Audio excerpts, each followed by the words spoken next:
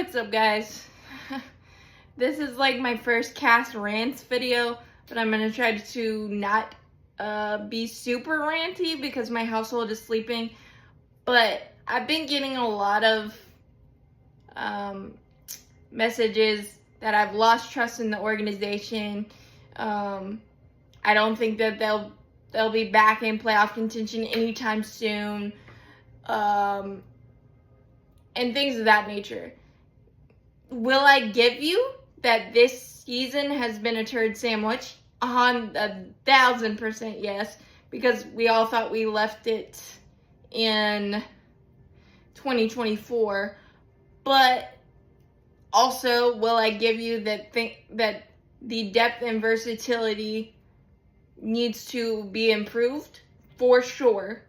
And do I think that the hitting coach thing and the staff need to be evaluated? Yeah, I'll give you all that. But to say 7 straight years in the playoffs and one really crappy year, you're gonna say that you don't think a team that has been one of the most consistent teams in sports, they've had 4 bad years. Now, mind you, this is the worst one, but 4 bad years in my 29 years of life. So, do you think that Michael Harris, Ozzie Albies, and even Matt Olson, for his standards, are trying to have career worst years? Or you think Austin Riley is trying to strike out as much as he is? No, they are not trying to suck at their job. Baseball is one of the hardest things. If you're a professional athlete, hitting a baseball or playing baseball is one of the hardest things anyone will tell you try to do. And as a diehard fan, I find it insane to say that one really crappy year with injuries to an entire rotation, your projected starting 5, that's like losing an entire offensive line in football. The Panthers did that. It's not fun. It doesn't work. And freak injuries at that. Chris Sale trying to complete one of the best starts of his career, makes a diving play and fractures a rib. Or Spencer Schwellenbach randomly fracturing his elbow the day after he threw a gym against the Phillies. Ronaldo Lopez, just unlucky stuff. Grant Holmes, same thing, getting up to his innings limit. Will I grant you that we should have probably been more active and wish we would have been? Yeah, but it's not as simple. Like, the guys that we were rumored to get, Tanner Scott, elbow issue, one of his worst years of the career. Jeff Hoffman, really good in the saves, but it's like a 5.4 ERA. Iggy, having one of his worst years of his career, finding it, and yes, I'm surprised that he didn't get traded. But when, I think it was Tyler Rogers got traded to the Mets for 2 top 15 prospects and a swingman reliever, and then you look at what Raisel Iglesias was at a 5.40 ERA with 5 blown saves and just not. He had a couple blow-ups against the Yankees and didn't save it against the Rangers, but he'd been good since. But the price tag for relievers was inflated by what the Mets pulled off with the Giants. So, and you're not. I agree with the fact that he probably should have been traded, and I'm surprised he wasn't, but you're not going to just give him away. And actually, I've whether it's a good thing or not, I'm kind of being talked into maybe a $10 million deal for Iggy with maybe not the closer role, just because of how good a teammate he is, how good in the clubhouse he is, and the way he's pitched. But obviously early in the year, it put us in a bind, and we didn't pull the trigger quick enough on the Dylan Lee being the closer, aka Aaron Boone should probably take notes. But it's not that simple. And to say, yeah, there's a lot of moves that we shoulda, coulda, woulda, whatever, but and Marcell Ozuna playing with a broken hip, probably not a good idea. And the Murphy-Baldwin combo if we would have gone to that earlier, would that have fixed some of our offensive woes? Maybe. The productive outs, the sacrifice flies, the RBI ground outs, the little things are missing from the Braves. And obviously the power stroke, which is a little bit more concerning. But, I mean, once again, the guys are not trying to stink at their job. And I think that people are forgetting that aspect of it. No, they're not trying to. Bryce Elder is not trying to throw meatballs up there. No one is. It's just one of those years where everything you touch falls apart, kind of. And I think that people are discounting the draft that we just had. Alex Lodesy and a lot of other position player prospects are piquing the interest of us, and we haven't had position player prospects that have piqued the interest of us since Ozzie, Riley, Ronald, like Alex Lodesy, Southacene, Isaiah Drake is doing some really good things at Rome, and obviously Drake Baldwin, Didier Fuentes. I know it didn't go well for him, and his spot starts here in Atlanta because he wasn't ready, but he's got nerves of steel and composure of steel, and has looked really good at Gwinnett. Cam Kennedy, only 19 years old, looks like something really special. And Hurston Waldrop, we saw what he did in the Bristol Speedway Classic. Like, to say that there is not a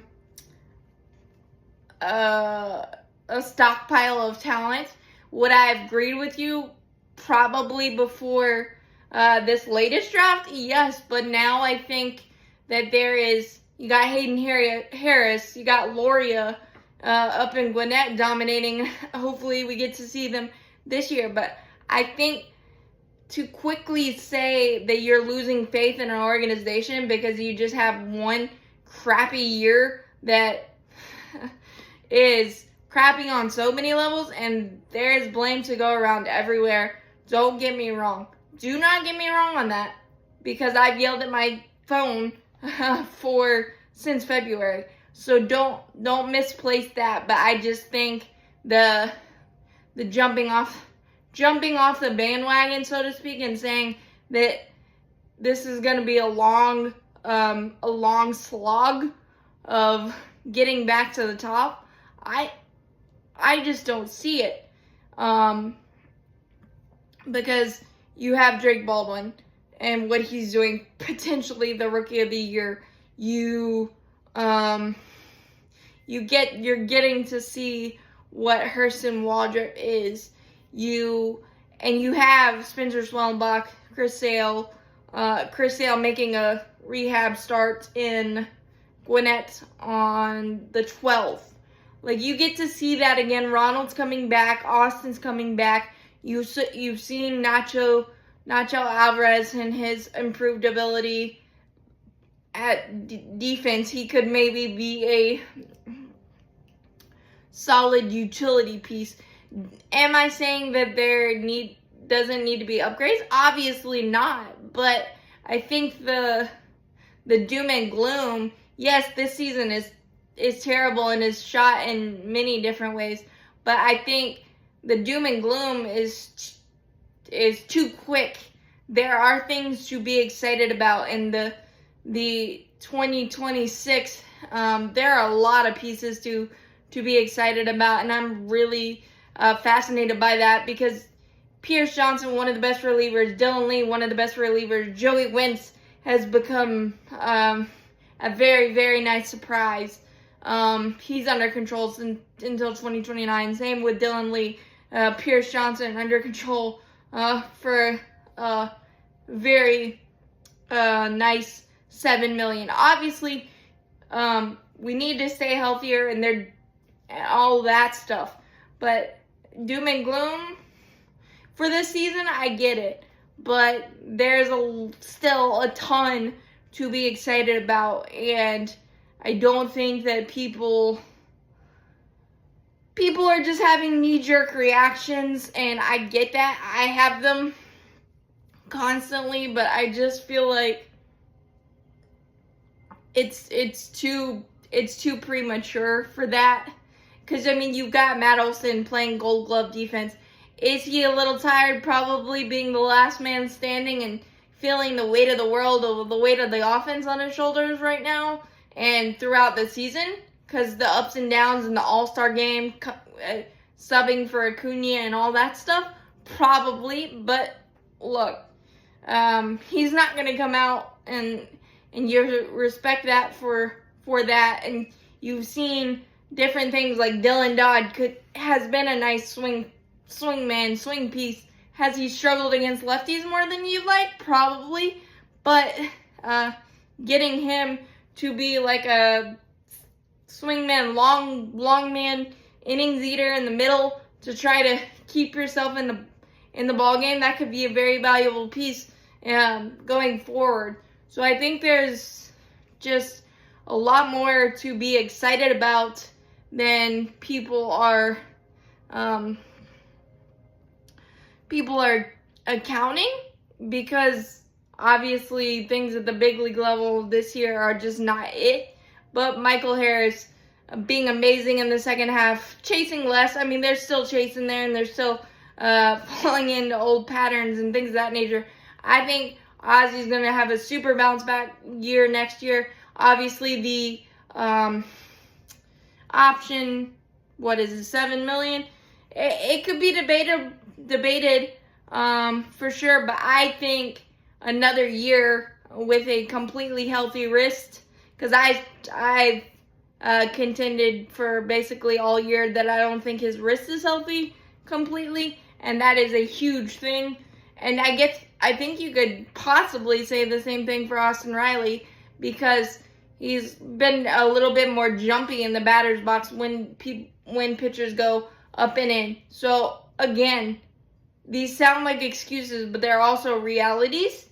And obviously, Jurickson Profar defense has been a little scratchy and things of that nature, but the power and what we brought Jurickson Profar in to do, yes, he's had some struggling at bats here or there, but the entire offense has, and the consistency hasn't been there.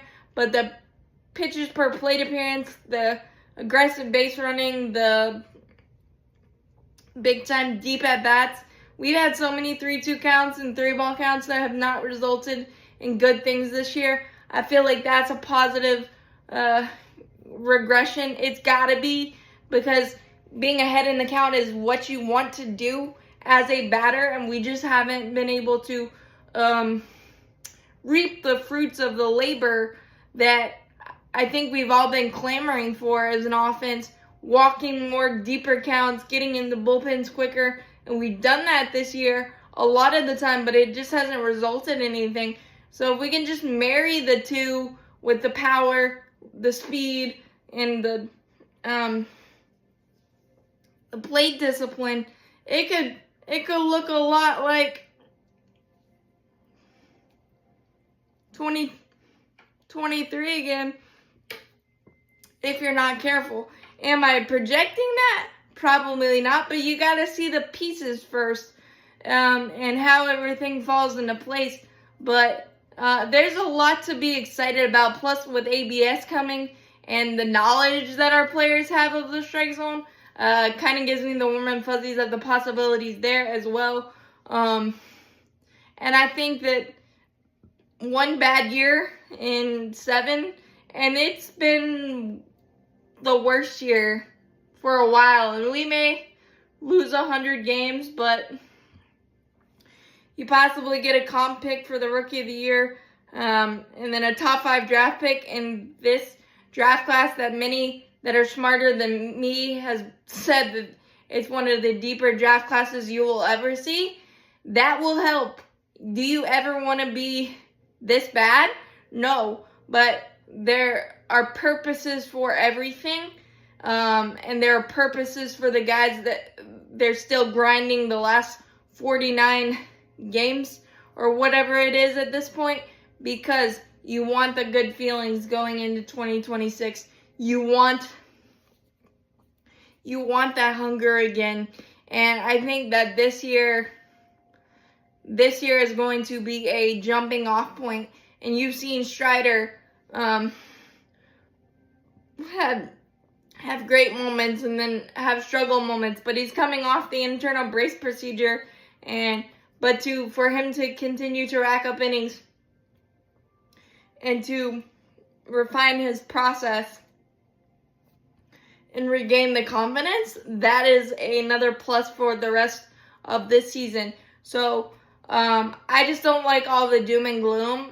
I understand why it's here, and I fully, if we don't have better productive at-bats with runners at third and less than 2 outs next year, then I will eat my words of all this 17-minute conversation right now. But I think there's a lot brighter, even though right now it's super doom and gloom, and I get it because watching our offense for the most part this year has been like watching paint dry. But I think a lot of things are going to change, and the core is fine. I think there just needs to be more depth and versatility to give the staff more options and allow for days off for guys if they are struggling, so the weight of the world doesn't feel like it's on their shoulders the entire time. And having Ronald Acuna Jr. An entire season, having Austin Riley entire season, Matt Olson, all those guys, having them for an entire season is going to help things. And don't forget, we have 2 of the best catchers in baseball. Will that change? I don't know, because Sean Murphy is one of my favorites, and I appreciate what he does for the pitching staff. But if we decide to go that direction, I will understand it. But the reality is there is still a lot of good in the Atlanta Braves organization, and I wish people would realize it, because it's not. It is as simple as wins and losses in sports, because that's what we all want and what we all you see automatically. But what do we have? 29 one-run losses. Cut that in half. We're right in there. But it's just not in the cards this year. But there is a lot to be excited about. I cannot wait for the offseason to see how this thing shakes out. And don't get me wrong, it's one of the bigger off seasons for Alex Anthopoulos and company to put their money where their mouth is, to make sure that the depth and versatility gets better and things of that nature. But I think the total doom and gloom is just unfounded and not right. So I wanted to come on here and talk about that. Excuse me, it's not my typical short video, and you probably won't last this long, but if you do, thank you so much. As always, go Braves, champions forever. Hit that like button, hit that subscribe button. Helps out a lot. Thanks, guys. And keep riding for the last 49 or whatever it is, because the off season is going to be fun, and the playoffs will be fun too. And they'll be less stressful, that's for sure. But 7 straight years in the playoffs ain't that bad. Let's remember that, and a lot of good things to come in the future.